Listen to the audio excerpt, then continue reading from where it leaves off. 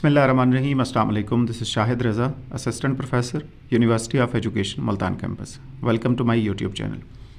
आज हम बात कर रहे हैं, इंतहाई अहम टॉपिक है सब के लिए, चाहे वो टीचर्स हैं या स्टूडेंट्स हैं। जब वो पेपर बनाते हैं या स्टूडेंट पढ़ रहे हैं और बाद में फ्यूचर में उन्होंने टीचर बनना है और तब वो टेस्ट बनाएंगे, टेस्ट डेवलप करेंगे, तो उसको कैसे बनाना है और ख़ास तौर पर MCQs को कैसे बनाया जाता है, डेवलप किया जाता है, उसके रूल्स क्या हैं। और जो टीचर्स इस वक्त पढ़ा रहे हैं किसी भी लेवल पे, उनके लिए भी ये जानना बहुत ज़्यादा ज़रूरी है कि किस तरह से वो अपने टेस्ट को बेहतरीन बना सकते हैं और डेवलप कर सकते हैं according to the standards and principles of assessment. तो आइए स्टार्ट करते हैं। आप देख पा रहे होंगे कि मल्टीपल चॉइस आइटम्स बहुत ही पॉपुलर हैं टेस्टिंग में और हर जगह पे इस्तेमाल किए जाते हैं। टीचर्स इसको बनाते हैं स्टूडेंट की इंफॉर्मेशन, जो उसकी अचीवमेंट होती है, उसका जायज़ा लेने के लिए। तो इसको कैसे बनाया जाएगा, यहाँ पे आप दो चीज़ें हैं। सबसे पहले आप समझेंगे कि जब भी आप MCQs बनाते हैं तो उसके दो तरीके होते हैं। एक को कहते हैं सिलेक्टेड रिस्पॉन्स आइटम और दूसरे को कहते हैं कंस्ट्रक्टेड रिस्पॉन्स आइटम। यानी अगर एक स्टूडेंट, जितने भी ऑप्शंस आपने दिए हैं, रिस्पॉन्सेस दिए हैं, 4 हैं, 5 हैं, तो उसमें से अगर वो सिलेक्ट कर रहा है, उसमें से कोई एक ठीक है जिसे वो सिलेक्ट करना है उसने, अगर इस तरह से है तो इसको कहते हैं सिलेक्टेड रिस्पॉन्स आइटम। और अगर आप इनकम्प्लीट स्टेटमेंट छोड़ देते हैं और उसमें बच्चा जो है सिलेक्ट करके लिखता है, तो इसको कहते हैं क्रिएट रिस्पॉन्स या कंस्ट्रक्ट रिस्पॉन्स। यानी वो क्रिएट कर रहा है या कंस्ट्रक्ट कर रहा है, तो ऐसे आइटम को कहते हैं कंस्ट्रक्टेड रिस्पॉन्स आइटम। तो जहाँ पे सिलेक्ट करेगा वो सिलेक्टेड रिस्पॉन्स आइटम है और जहाँ पे कंस्ट्रक्ट करना होगा उसे कहा जाएगा कंस्ट्रक्टेड रिस्पॉन्स आइटम। आगे बढ़ते हैं। मल्टीपल चॉइस आइटम्स में आपने क्या जहन में रखना है। सबसे पहले तो मैंने आपको बताया कि most popular selected response item है MCQs, जिसमें एक बच्चा सिलेक्ट करता है ऑप्शंस में से। इसके बाद multiple choice item take the general form of questions are an incomplete statement. अभी मैं बात कर रहा था कि MCQs दो तरह से आप बना सकते हैं, एक क्वेश्चन फॉर्म में और एक इनकम्प्लीट स्टेटमेंट में। तो इसके बारे में हम देखते हैं। देखिए, कुछ चीज़ें बड़ी ज़रूरी हैं MCQs आइटम्स के हवाले से जहन में रखनी चाहिए आपको कि उसको जब बनाया जाता है MCQs को, तो उसके पार्ट्स कितने हैं। तो सबसे पहला होता है कि जो आप स्टेटमेंट पूछते हैं, जिसमें आप क्वेश्चन रेज करते हैं, और वो जो स्टेटमेंट है उसको बोला जाता है स्टेम। जो पॉसिबल आंसर्स होते हैं, जो 4 आपने दिए हुए हैं, उसको कहेंगे ऑप्शंस या अल्टरनेटिव्स। नेक्स्ट अगर हम बात करें तो उसमें जो करेक्ट अल्टरनेटिव होता है, करेक्ट ऑप्शन होता है, उसको सिंपली या आंसर बोला जाता है या उसको की रिस्पॉन्स कहते हैं, जिसे करेक्ट आंसर कहते हैं, की रिस्पॉन्स। इसके बाद जो इनकरेक्ट अल्टरनेटिव्स रह जाते हैं, यानी 4 थे, उसमें से एक तो सही था जिसको आपने आंसर कहा या की रिस्पॉन्स कहा, जो बाकी जो 3 हैं इनकरेक्ट हैं, उनको कहा जाता है डिस्ट्रैक्टर्स। यानी ये डिस्ट्रैक्ट करते हैं स्टूडेंट्स को, और जो करेक्ट रिस्पॉन्स होता है उससे आपको दूर ले जाते हैं, हटाते हैं, डिस्ट्रैक्ट करते हैं, डिस्ट्रैक्टर बोला जाता है। नेक्स्ट, मल्टीपल चॉइस आइटम्स को या डायरेक्ट क्वेश्चन फॉर्मेट में बनाया जा सकता है या इनकम्प्लीट सेंटेंस फॉर्म में बनाया जा सकता है। ये दोनों फॉर्मेट हम पहले डिस्कस कर चुके हैं। तो मल्टीपल चॉइस आइटम्स को बनाने के लिए यहाँ पे डायरेक्ट क्वेश्चन फॉर्मेट की एक एग्जांपल आपके सामने आ रही है। Which river is the largest in Pakistan. ये जो है इसको कहते हैं स्टेम, जिसमें आपने स्टेटमेंट दी है, जिसमें आपने क्वेश्चन रेज किया है, that is called stem. Which river is the largest in Pakistan, ये स्टेटमेंट स्टेम कहलाते हैं। इसके नीचे 4 ऑप्शंस हैं, उसमें से एक ठीक है जिसको आंसर या की रिस्पॉन्स कहते हैं, और 3 जो ठीक नहीं है, इनकरेक्ट हैं, उसको आप कहते हैं डिस्ट्रैक्टर्स। और चारों को अगर हम इकट्ठा बोलें तो इसको कहा जाता है ऑप्शंस या अल्टरनेटिव्स। तो इससे ऊपर जो स्टेटमेंट आपने पूछी है क्वेश्चन मार्क में, इसको कहते हैं डायरेक्ट क्वेश्चन फॉर्मेट। एक तो इस तरह से बनाया जा सकता है MCQs। दूसरा तरीका है इनकम्प्लीट सेंटेंस फॉर्मेट, यानी यहाँ पे इनकम्प्लीट सेंटेंस आप छोड़ देंगे। देखिए इसकी example, the largest river in Pakistan is, आगे आपने लाइन छोड़ दी और बाकी 4 ऑप्शंस आपने दे दिए, तो ये इनकम्प्लीट सेंटेंस फॉर्मेट है। दोनों तरह से बनाया जा सकता है मल्टीपल चॉइस आइटम। इसके बाद हम देखते हैं कि एक और डिस्टिंक्शन इसमें है मल्टीपल चॉइस आइटम्स में, करेक्ट आंसर या बेस्ट आंसर फॉर्मेट। ये दो और फॉर्मेट हैं जिसमें आप या तो करेक्ट आंसर फॉर्मेट के हवाले से पूछते हैं, बनाते हैं, या उसमें से बनाते हैं कि बेस्ट आंसर कौन सा है, यानी आंसर एक से ज़्यादा ठीक हो सकते हैं, उसमें से बेस्ट आंसर कौन सा होगा। अगर आपका ऑब्जेक्टिव ये, देखिए ये ऑब्जेक्टिव पे बेस करता है कि अगर आपका मकसद और ऑब्जेक्टिव ये था कि आपने बेस्ट आंसर देखना था, तो उसमें बेस्ट आंसर फॉर्मेट इस तरह से बनेगा। बेस्ट आंसर फॉर्मेट की एक एग्जांपल मैंने यहाँ पे दी है। Which variable is generally thought to be the most important when buying a house. आप घर खरीद रहे हैं और डिफरेंट चीज़ें देखनी पड़ती हैं, तो मोस्ट इंपॉर्टेंट कौन सी होगी? चारों ज़रूरी हैं, लेकिन सबसे ज़्यादा ज़रूरी कौन सी चीज़ है? ए कॉस्ट, बी बिल्डर, सी डिज़ाइन, डी लोकेशन। अब आपने इसमें से मोस्ट इंपॉर्टेंट ढूंढना है, तो इसे कहते हैं बेस्ट आंसर फॉर्मेट। नेक्स्ट, कुछ डायरेक्शंस आपने देनी होती हैं। जब भी आप एमसीक्यूज़ बनाते हैं तो उससे ऊपर आपने पेपर पे डायरेक्शंस प्रोवाइड करनी होती हैं स्टूडेंट्स को, टेस्ट टेकर्स को, ताकि उनको पता चल सके कि उन्होंने, आपने पूछा क्या है और उन्होंने करना क्या है। जैसे एक एग्जांपल मैंने यहाँ पे दी है, read each question carefully and select the best answer, circle the letter of the answer you have selected. यानी आपने कहा कि केयरफुली इसको पढ़िए, हर सवाल को, बेस्ट आंसर सिलेक्ट कीजिए और जो आपको लगता है कि बेस्ट आंसर है उसको सर्कल कर दीजिए। देखिए इसे कहते हैं डायरेक्शंस। ये डायरेक्शन प्रोवाइड अगर नहीं करेंगे और ऐसे स्टार्ट कर देंगे क्वेश्चन लिखना, तो जब डायरेक्शंस नहीं होंगी तो बच्चों को नहीं पता चलेगा कि इसको सर्कल करना था, इसको टिक करना था, इसको अंडरलाइन करना था, क्या करना था। तो directions are very important. Item stem must contain all the information necessary to understand the problem or question. जो भी आइटम स्टेम बनाया है आपने, जो स्टेटमेंट बनाई है, उसमें जो नेसेसरी इन्फॉर्मेशन है, जो प्रॉब्लम आपने पूछा, जो क्वेश्चन आप करना चाह रहे हैं रेस, उसके हवाले से मौजूद होनी चाहिए इन्फॉर्मेशन।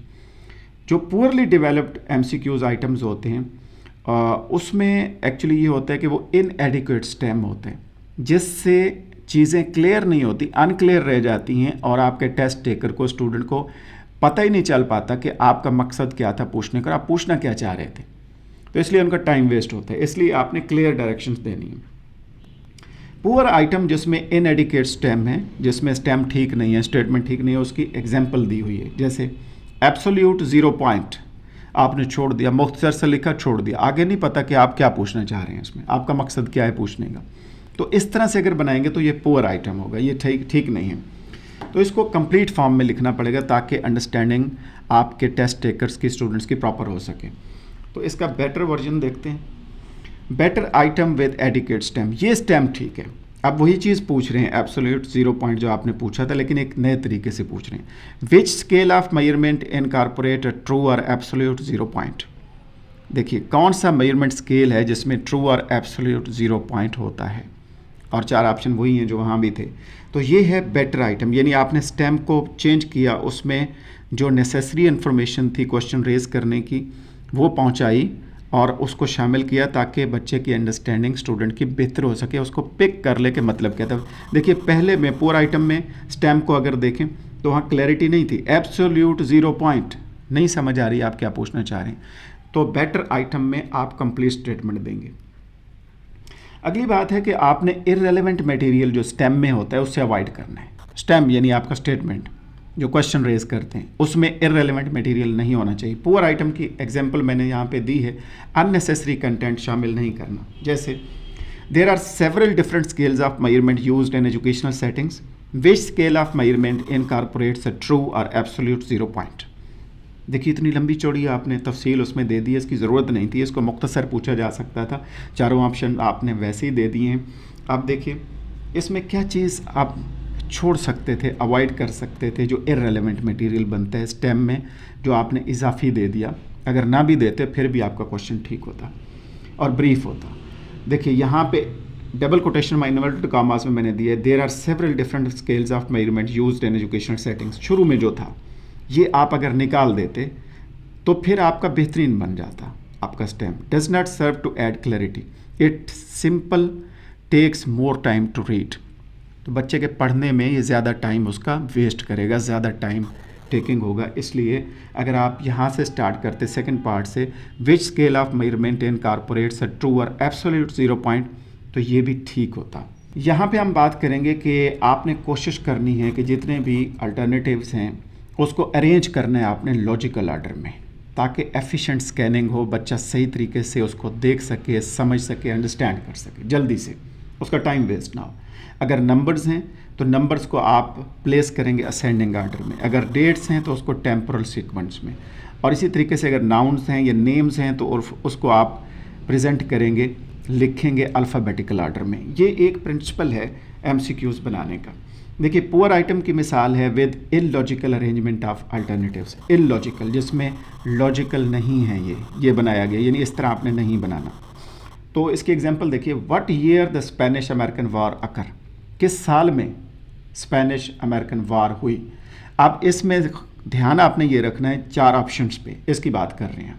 इलॉजिकल अरेंजमेंट है अल्टरनेटिव्स का, ऑप्शंस का। यहाँ पे आप देखें 1912 है, 1890 है, 1908 है, 1898 है। देखिए कोई तरतीब नहीं है, कोई ऑर्डर नहीं है, कोई लॉजिक नहीं है इसमें, तो ये पुअर है। इसको ठीक किया जा सकता है, जैसे बेटर आप आइटम बना सकते हैं आप जिसमें इलॉजिकल अरेंजमेंट को लॉजिकल अरेंजमेंट में आप कन्वर्ट कर सकते हैं, इसको तरतीब ठीक कर सकते हैं, असेंडिंग आर्डर में कर सकते हैं, ऑर्डरिंग उसकी ठीक कर सकते हैं। जैसे वही ऑप्शंस हैं, अब यहाँ पे 1890 पहले आए, फिर 1898 आए, फिर 1902 आए, उसके बाद 1908 आए। तो ये एक सीक्वेंस है जिसके तहत आपने ये ईयर दिए हैं या डेट्स दी हैं। इवन कि आप नाउन्स और नेम्स लिखते हैं तो अल्फ़ाबेटिकल आर्डर में इसमें ऑप्शंस में और अल्टरनेटिव में दें। तो ये तरीका है जिससे आप बेहतर कर सकते हैं, एफिशिएंट स्कैनिंग प्रमोट कर सकते हैं, बच्चों का टाइम बचा सकते हैं और उनको सही तरह से अंडरस्टैंडिंग हो सकती है।